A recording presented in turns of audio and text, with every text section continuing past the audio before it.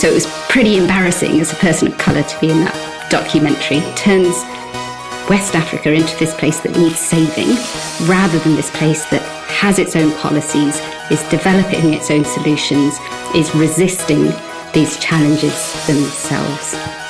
You're listening to Climate Curious, a podcast for people who care about the world but find the current conversation about climate change confusing, boring, or scary. My name is Maryam Pasha, and I'm the director and curator at TEDx London and co-host of this podcast, along with the amazing Ben Hurst. Say hello, Ben. Hey there, friends. I'm Ben Hurst, activist and advocate exploring what positive masculinities can look like, humble model, and climate normie. This week, Ben, we are going to be looking at one of your favourite things. Do you know what that is? What is it? Wicked problems. Oh, my absolute fave. Well, my non-faves, but also my faves. You're not Very faves. Important. Yeah. So, well, you must have heard there has been so much chat going on about the ocean, right? Right. There's like loads of like documentaries coming out at the moment about the oceans, and I heard Adidas are releasing a trainer that's made out of fishnets, recycled fishnets or something. Yeah, I mean, the oceans are everywhere. And the thing is that a lot of these campaigns try to promote like one simple solution. And my marketing brain totally gets it. But my climate brain makes me think there might be something. That's incorrect. That is not right. There is no simple solution. There is no simple solution. If I've ever learned anything from this podcast, is that these kinds of wicked problems, you've got to not get tempted by the fact that there's one simple thing you can do. And this kind of problem, or the oceans, or what's going on with the oceans, is something that intersects climate and trade and race and poverty and food security. And if I can say, like, the thing that I have realized that's missing from everything that's out there is a conversation about the people that rely on the oceans for their livelihood, for their nutrition. Often those people don't live in the West. And so I think that is what is missing, which is why I'm super excited to have who we have this week. Shall I tell you a bit about her? Yeah, tell me. Christina Hicks is a professor of environmental science at Lancaster University, and her work focuses on enabling equitable livelihoods, securing nutritious and sustainable diets, and supporting approaches to conservationism. And she works mainly in like coastal and marine areas, and recently a lot of her work has actually focused in West Africa. I'm very excited to ask her about that, so should we just get started? Let's jump right into it. So, Christina, welcome. Thank you for joining us. I want to ask you a question I honestly never thought I would be asking anyone. Can you tell me a bit about sardines? Fish are actually important because they've got what we call micronutrients, which are things that our bodies need in tiny quantities. So they're things like iron and zinc and vitamin B12. Mm-hmm.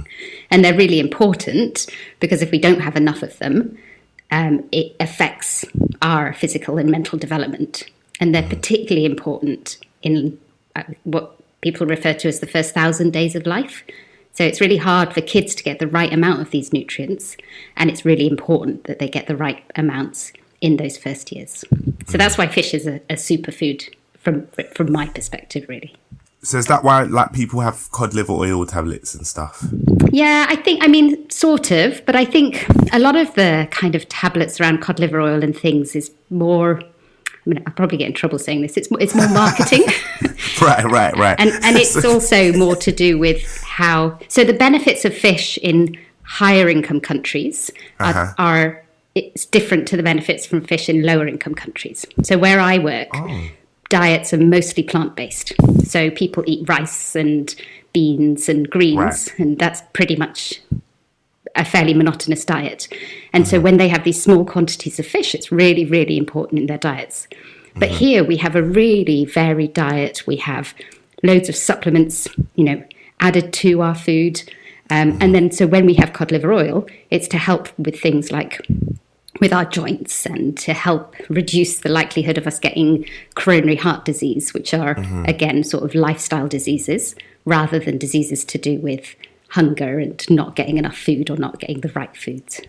Right. So that's like a really big point really early on, right? That even the value of fish in someone's diet is quite drastically different depending on where they live in the world. So then and fish give us micronutrients, which is really important, especially in the first 1,000 days of life. So what is the deal then with sardines? Are they like different to other kinds of fish, or are they the same as like salmon? What's the deal? Yeah, so sardines are special because we've recently, well, I guess for the past few years, work has been realizing that it's these small fish like sardines, but also, you know, indigenous small fishes in rivers in Bangladesh, or pelagic fishes in lakes that have really kind of dense concentrations of these micronutrients. So sardines are like this superfood.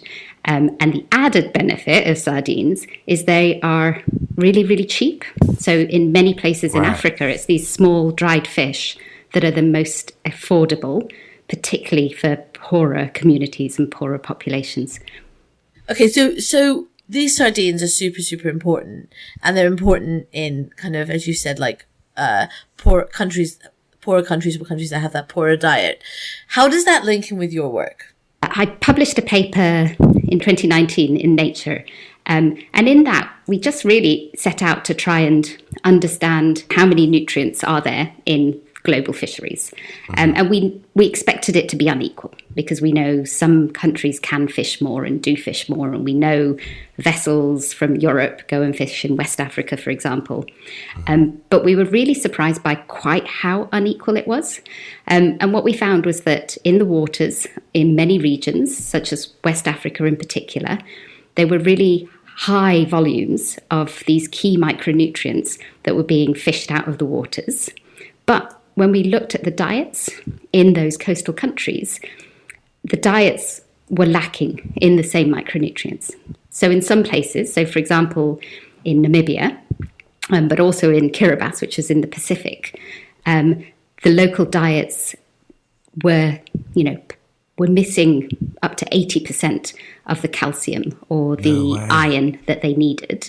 But when you looked at what was being pulled out of the water, the countries would only really need to retain 1% of the catches or 5% of the catches, and it would close those nutrient gaps. So it really highlighted that there's this massive inequality between who's able to catch the fish and who's able to eat the fish and where the fish is needed most. So some people, Christina, might have recognized your name or you from the fact that you were in Seaspiracy, albeit briefly, which is the Netflix documentary that came out earlier this year. And I wanted to just ask you a little bit about that. Yeah, I think, yeah, I don't know. I feel quite, I haven't said much about it because I sent this one tweet after I realized what it was, and it was directed at my colleagues to be like, just for the record, I'm not trashing what we've all been working to achieve. I think we've done great stuff. So that's not my thing. And then that kind of got picked up and, I don't know, as things on Twitter massively out of proportion. As things on Twitter, yeah, I've suddenly discovered that they can do. But I think what annoyed me the most about it, and where I think Seaspiracy was a really good example of, this kind of, here's the silver bullet that's going to save the world. Do this one thing, your job's done. You can back off and you fix the problem. B, I think it was the worst form of white environmentalism. These kind of, it was a global problem that's being experienced the worst in countries around the tropics. But it painted this very kind of, I don't know, archaic picture of, white journalists and white environmentalists coming in to save the day from these brown plunderers to rescue these black, helpless victims, which I think is problematic on so many levels because it completely undermines all of the fantastic work that's being done by people of colour all over the world, in Africa, in America, in Europe. So it was pretty embarrassing as a person of colour to be in that documentary or movie, it also just takes agency away from them. So it turns West Africa into this place that needs saving, rather than this place that has its own policies, is developing its own solutions, is resisting these challenges themselves. And I did have a thought afterwards. I was like, well, maybe we've come to the end of the age of white environmentalism. To me, that really highlighted that actually we've moved beyond this. This isn't, we're not here anymore. We've moved beyond these simple Tarzan stories. And the movement has moved on, but not everyone in the movement has. So why are they not getting the fish then? Like, 'cause I feel like, wouldn't you just go out and catch some fish? Like, do you know what I mean? I say that as if it's really easy to fish, like I'm a professional fisher. I'm obviously not, but I feel like if they're already catching all of those fishes, why do they not get to eat them? Yeah. So that's a really important point. And that's what we started looking into. So fish is a really valuable commodity. It moves around the world like no other food commodity. So it's the most traded food commodity. So often what's caught in a country is sold because of, the economic value that you can get from it. But you also have even more fish is moved through foreign fishing. So there are legal agreements that countries have. So the EU has always had agreements to fish in West African waters. So their vessels come to West Africa, catch the fish and take it back to Europe. And that never even lands in the West African coastlines. Right. And that's what's legal. And then you've got lots of illegal fishing as well. Right. And the legal fishing, those agreements are made even worse because wealthy nations subsidize their fishing fleets. So the EU pays their fishing fleets so that they are able to travel even further to fish even further. So it's all a little bit messed up. So people are just literally out here stealing fish. Well, the thing is, it's legal. Yeah. So they're not even stealing it. They're just, so is there like a problem with overfishing? And what's a fishery? That sounds like a fish nursery to me. Yeah. Oh, really? Okay. Yeah. Oh, so I think of like Finding Nemo. I don't know why. So I mean, a fish. I guess if you think of a fishery more like, so fishing is going out in a boat to catch species of fish, and you've got lots of different types of fisheries. So you have recreational fisheries. So those are people who just go out for fun. You've got subsistence fisheries, people who go out to catch fish just to eat at home. You've got small-scale fisheries. So these are often family operations and smaller boats. And they'll go out fishing and then they'll take some home, but then they'll sell some, often in the local markets. And then you've got the large-scale industrial fisheries, where you've got like much higher intensity. You've got big boats that will go out with, much higher technologies. So they'll be able to find the fish using their electronic devices. They'll have these massive winches on and they'll be able to pull up, big schools of fish, bring them back and then trade them. So definitely not a fish nursery from Finding Nemo. Fisheries are like the businesses of fishing. Yeah. Okay, and they can be big or small, right? Yeah. I get that. So it's like hunting, I guess, on land. Right. So it's wild. It's gathering. It's wild harvesting of wild foods. Right. And so I'm assuming that the problem here is not like small scale family fisheries, right? It's not like the people who are just fishing to sell fish in the local market. It feels like the conversation is moving in the direction of the problem being the bigger scale and like the movement of these commodities all around the world. Yeah. Yeah. So, I mean, you have small scale fisheries that are destructive, that overfish, particularly where you've got, lots of people fishing in an area.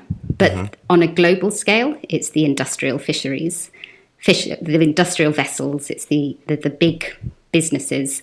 And they're able to fish even harder because of these subsidies. So it's cheaper for them to go out fishing. They sometimes even go out fishing when it's not profitable to, because their governments subsidise that. Right. So it's just fishing for the sake of it. There's a lot of fishing going on. I feel like we've said the word fishing so many times. This is a real fish episode. You know what this reminds me of is we were just talking, Christina, to Melinda Janke, who's an international lawyer fighting ExxonMobil in Guyana, and we ended up talking a little bit about essentially colonies that get oil and how this is like an oil curse for them and all this kind of stuff. And although it's not a definite analogous, it just reminded me that when we think about the way we exploit poorer countries for their resources, we often talk about like gold or cobalt or oil or all these things. But actually, in this case, this is just another way that richer countries exploit poorer countries, is by going and taking something that is a real resource for their own populations, right? Yeah, no, absolutely. And yeah, I mean, the focus in West Africa is partly because it is such a productive fishery. So there's lots of fish in that area.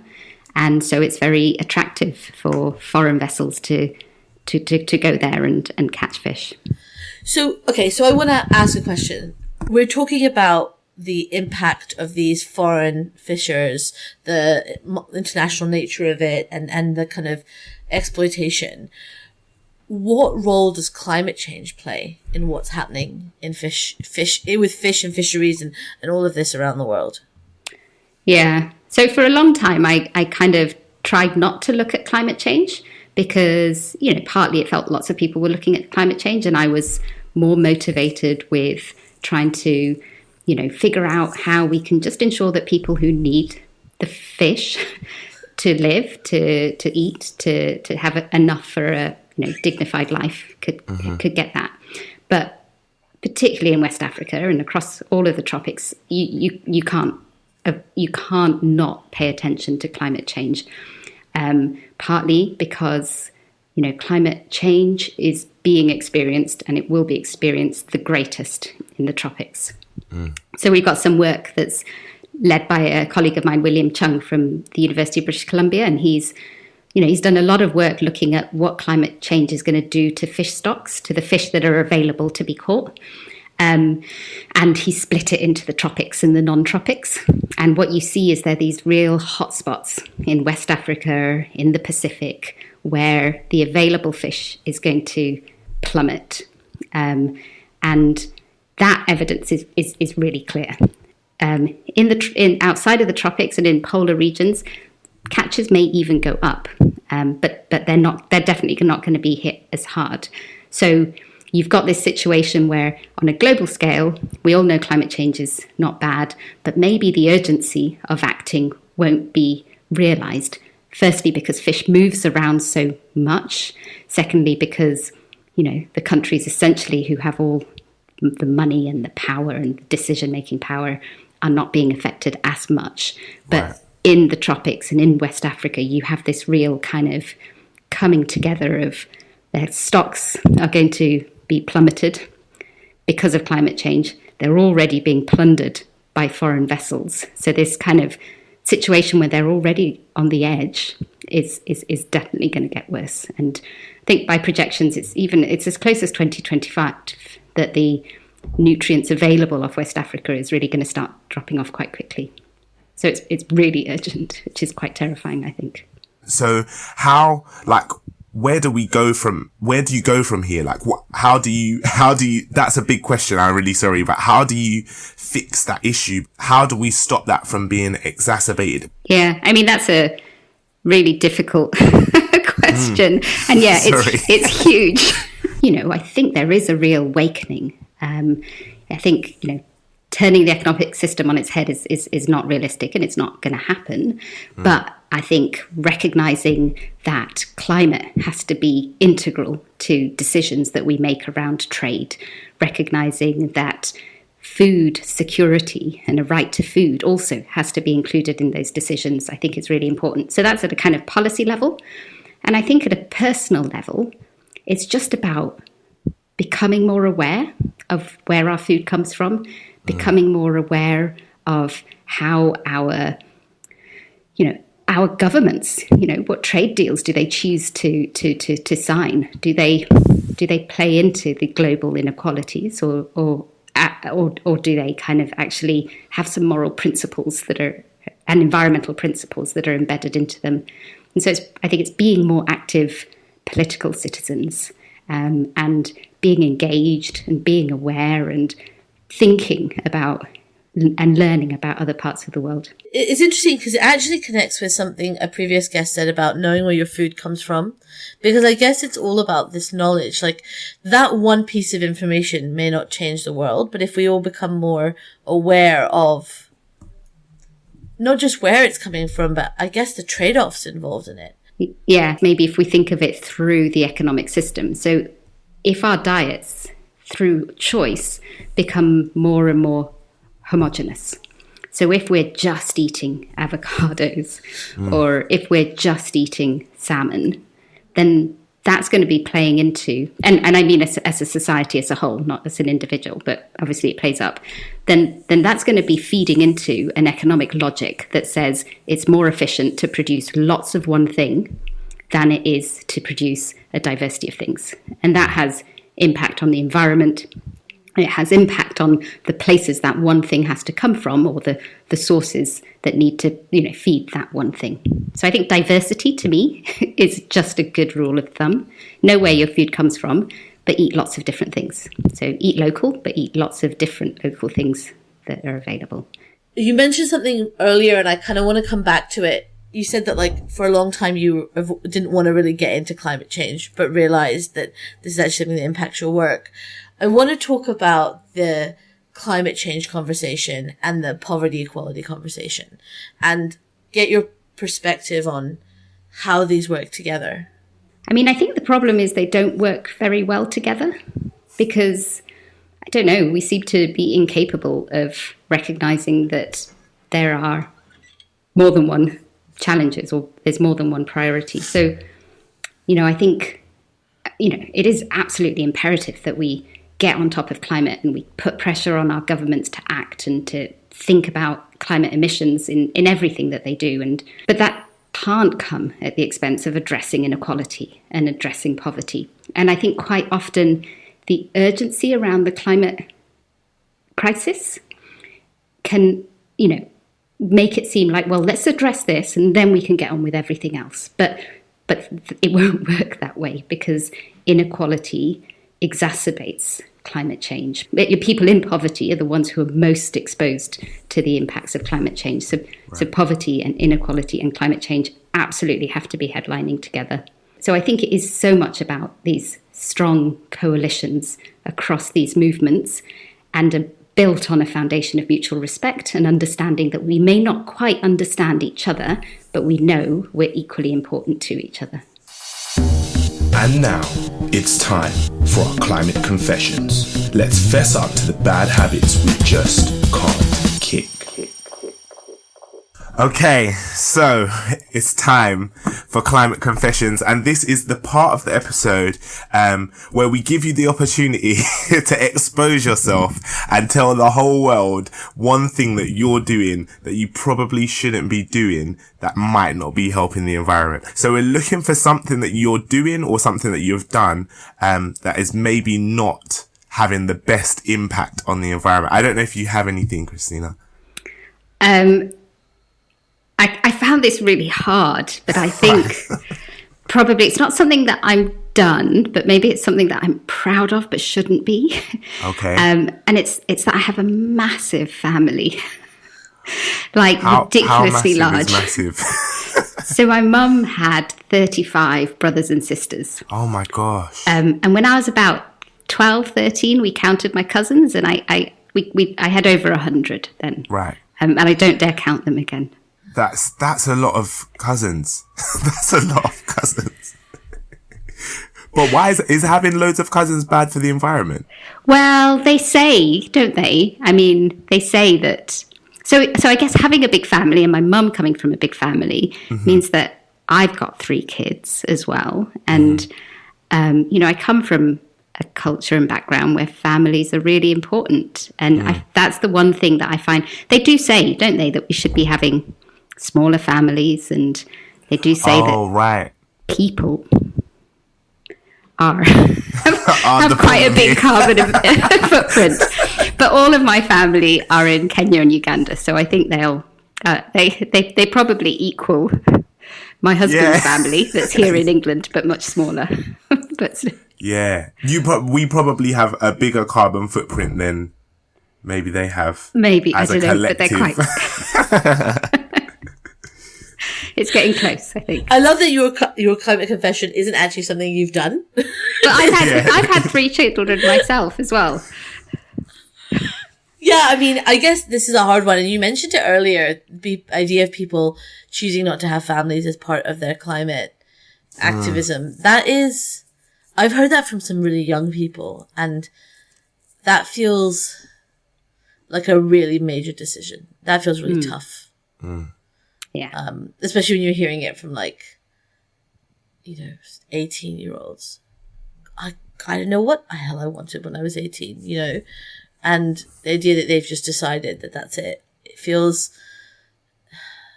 really depressing, actually, I think. Yeah.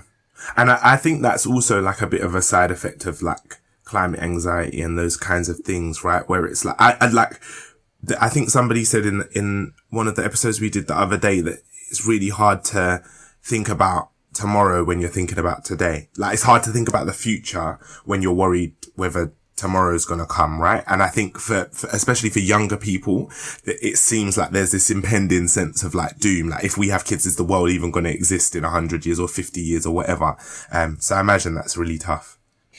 Anything else, Christina, that you feel like you want to add to your Get off your chest. Okay, so this one's really bad. I love that you saved the real one for last. Last night I had salmon for dinner. Okay, now you have to explain why that's bad, because I don't know if everyone knows why. Not bad, but why that's part of your confession. Well, I'm gasping. No, maybe I won't say that one actually, because I didn't talk about salmon at all. So it's not true. It won't say that. Okay. Sorry. No, it's fine. We'll cut it after the first one. That's good. Okay. I can say the dried mango one. No, I think the family one is good because it's very different than the food one, right. I think. Yeah. Okay, Ben. Obviously, you're going to have a confession that is of the magnitude of having loads of siblings. This has got to the point now where it is soul destroying. I feel like such a bad person every time we do this. I don't know if I can bring myself. Okay, I've got one. I do have one this week, which is every time. It's not even every week. It's like every couple of days. Whenever I go to the Co-op, whenever I go to Sainsbury's, if I go to Tesco's, if I go to the corner shop. Sometimes I do this when I'm buying like 2 lollipops and a carton of milk. Do you know what I mean? I could put the lollipops in my pocket and carry the milk in my hand. And I know that we're all supposed to be taking totes or like bags for life to the shops, but I never ever do it. And I got it from my parents. Like, it is a really bad habit that I have, but every time I get a new bag, and sometimes I buy the 10p bags, which is just stupid because I can actually use them again. And I don't do anything with them. I just like fold them up and store them underneath the sink. So I must have about between 150 and 200 bags under the sink at the moment. Like, it's a stupid amount of bags. Like, I don't know why I do it, and I don't need to do it. Oh, I do know why I do it. It's because I'm lazy, but I'm gonna commit today to stopping. And Maryam, I really hope that you have one that's I'm just gonna tell you, for everyone knows at home, Ben has been involved in at least 3 TEDx London events.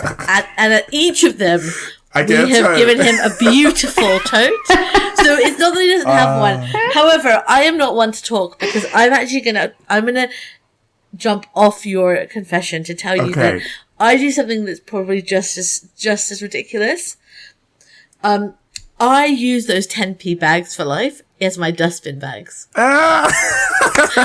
So I will often forget to bring a tote, even though I have hundreds, and I will buy the bags, and then then you're like, okay, let me use it again as a bin, because the really big dustbins, there's only 2 of us, we never fill it up, it gets smelly, so we have like a little dustbin. The problem is that I realized the other day that we'd run out of these bags for life, and I actually to my partner was like, "Oh, when you go, don't take a tote, get a bag for life," which is it was supposed to be as an accident, and now it's become like it was supposed to be an effect, and now it's become a cause. You know what I mean? And so I'm gonna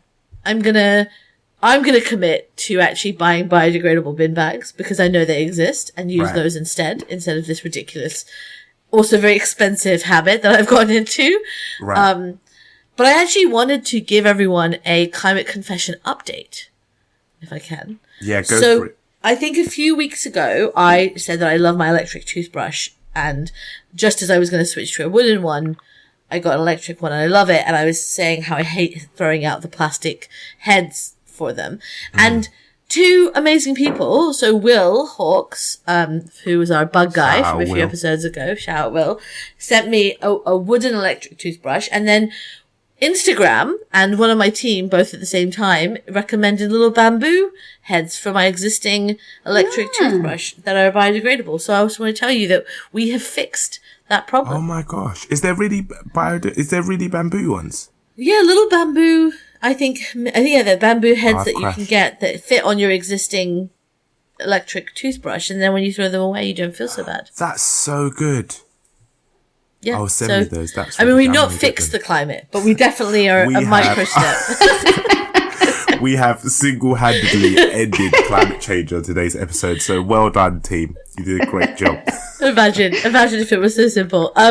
Okay, thank you so much for joining us, Christina, and for taking us on this tour of fisheries and the fishing world and climate change and conservation and the work that you do. It's so fascinating, and it's just really great to see another piece of this puzzle start to fit into place for us. Thank you very much. It's been really enjoyable talking to you. We had some ups and some downs, but hopefully we've ended on a funny down. Yeah, no, a high note. We're saving the world with recyclable toothbrushes. Toothbrushes, good, yeah. Thanks. So that's been quite an episode, Ben. Right. And I feel like you said it at the top, this is a wicked problem. And I'm just curious to know, what did you take away from this that really stood out for you? Well, do you know what? I think for me, there's two big things, right? And the first one is that we say it all the time, but it's really true, right? There are no simple solutions to the problem. There's no one thing that you can do that will solve the situation. Maybe one thing to take away is that that's not necessarily a bad thing, and that can be quite an empowering thing, right? So it's more that everybody's got a role to play. All of us have different things that we can do. And then I guess another thing is that for those of us who live in cities, it can feel a bit like there's nothing we can really do. It can feel so big and how do you play your part in this particular problem? And I guess one thing that I got from it was one step that we can take that's really easy is just caring about where your food comes from. That paying attention to where the fish that you buy in the supermarket is coming from, and maybe that can help make a bit of a difference. Yeah, I love that. It really ties back into what Dee Woods was saying a few episodes ago, and might be just such an important overarching message about actually caring. Because I think, I don't know, for a long time I just didn't pay attention to any of this stuff, and that seems to be a massive way that we contribute to this problem. Ben, you'll be unsurprised to hear what I took away from this, which is that we should just be aware of when we're being sold a narrative that might be a little bit too, Western in its perspective, and making sure that we're always including voices and perspectives from the global South, because I think without that we just have half the picture, and it can be really dangerous. So I'm just so excited that Christina took us through all of that. Yeah, I think not forgetting about the people is always super important, right? That's definitely one big takeaway that I've got from this whole season is this is agreed. Not just about the planet. This is also about the people who are part of the planet. So we've got to remember that. Yeah. On that note, we'll see you next week. Yes, we will. And remember, stay curious. Thank you so much for joining us this week. We really hope you enjoyed this episode. If you did, Please rate, subscribe, and share this episode with a curious friend. It makes us possible to keep making this amazing content for you. Oh, and slide into our DMs at TEDx London and let us know which climate extraordinaires you'd love to hear from next time. Oh, and don't leave yet. We wanted to tell you a bit more about who made this podcast possible. Yeah, we did. TEDx London's headline partner, City, has been supporting us for the past 5 years to bring world-changing ideas to the TEDx London stage. And now they're taking it to the next level by making this podcast possible. Thanks, City. But wait, that is not all. No, this podcast was produced by the amazing Josie Coulter. Curation and research by the genius Tara Cooper. Artwork designed by the visionaries that are Sabrina Russo and Rebecca Mingus. Mixed and engineered by the iconic Ben Beheshti, aka The Falcon, who also composed our banging theme tune. Presented by me, Maryam Pasha. And by me, Ben Hurst. Stay curious.